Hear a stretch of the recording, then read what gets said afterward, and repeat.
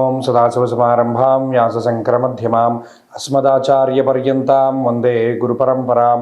జ్యోతిషశాస్త్రాన్ని భావితరాల వారికి ప్రసాదించిన ఋషుల యొక్క పాదపద్మాలకి నమస్కారం చేసుకుంటూ, అలాగే నాకు జ్యోతిష విద్యను నేర్పిన గురువర్యులు జ్యోతిష బ్రహ్మ కీర్తిశేషులు శ్రీ ఏరంకి సూర్యనారాయణమూర్తి గారు సూర్యశ్రీ దైవజ్ఞ గారి యొక్క పాదపద్మాలకి నమస్కారం చేసుకుంటూ, ఓం శ్రీ మహాగణాధిపతి నమః. శ్రీ గురుభ్యో నమః. హరి ఓం.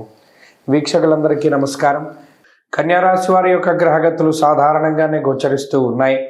ప్రత్యేకించి ఈ రాశి వారికి ఈ వారంలో చంద్ర రాహువుల యొక్క బలం ఉన్నది. రాహువు అలాగే చంద్రుడు కూడా 6వ స్థానమందు ఉండడం, వారం చివరిలో ఈ ఇద్దరి యొక్క కలయిక, ఇది చాలా ముఖ్యమైనటువంటి విషయం.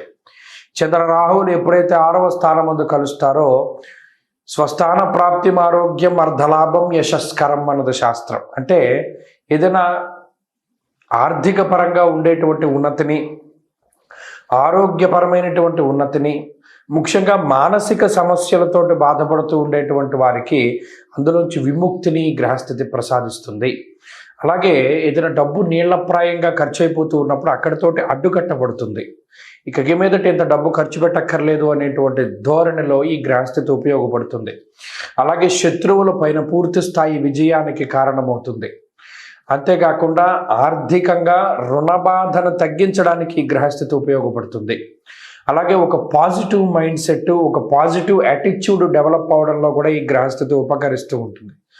సమాజం పట్ల, సంతానం పట్ల, కుటుంబం పట్ల ఉండేటువంటి దృష్టిల్లో వ్యత్యాసాలు వస్తాయి. అంటే వాళ్ళు చూసేటువంటి విధానం, అంటే ప్రాస్పెక్టివ్, వాటిలో కొద్దిగా మార్పులు వస్తూ ఉంటాయి.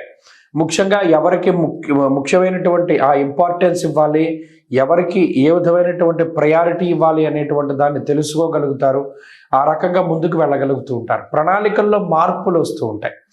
భయాన్ని వదిలిపెడతారు. నిజానికి మానసికంగా లోపల చాలా భయపడుతూ ఉన్నప్పటికీ బయటికి మేకపోత గాంభీర్యాన్ని ప్రదర్శించగలుగుతారు కన్యారాశి వారు.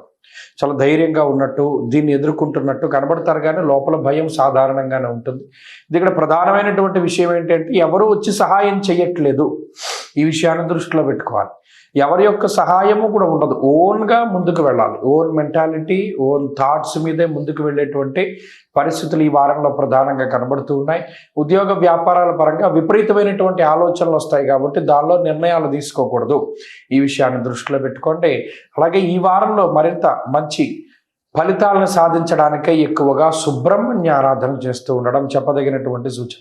ఈ వారంలో కలిసి వచ్చేటువంటి రోజు సోమవారంగా చెప్పవచ్చును. అదృష్ట సంఖ్య 1, అదృష్ట వర్ణము తెలుపు. తదుపరి తులారాశి.